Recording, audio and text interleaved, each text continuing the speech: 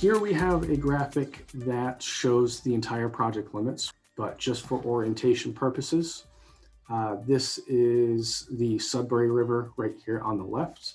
This is Concord Street right here that runs across the page.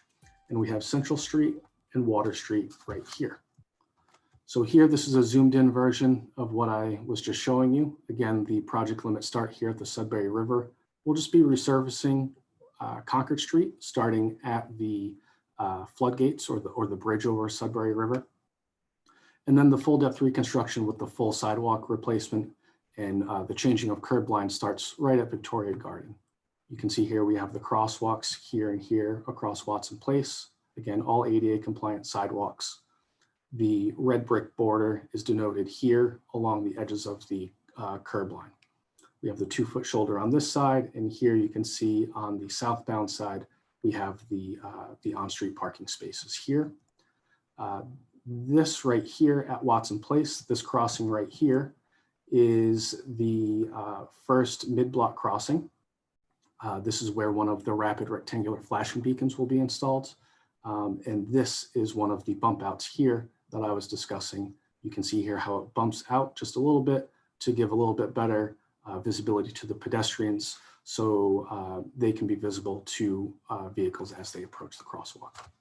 And these are the sharrow markings that I was discussing a little bit earlier. They are placed about every 150 to 200 feet along the roadway. This is the Saxonville Village here. We have Fuller Street and Mechanic Street and a bit of the parking lot here on the right side, the city-owned parking lot. Again, we have more on-street parking spaces on the southbound side of the roadway. Again, another bump out here at Fuller Street with one of the decorative crosswalks across Concord Street. And here we have more of the crosswalks across Fuller Street and Mechanic Street.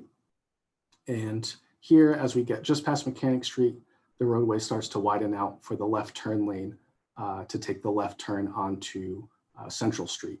This lane here is a through lane to head onto Elm Street and also to take a right onto Danforth Street. And a main feature of this project is maintaining access to all the businesses while also addressing pedestrian safety. So that is really the overarching goal for this entire project, is to improve access, provide more parking, maintain traffic operations, but also make the area just more pedestrian friendly overall for the neighborhood.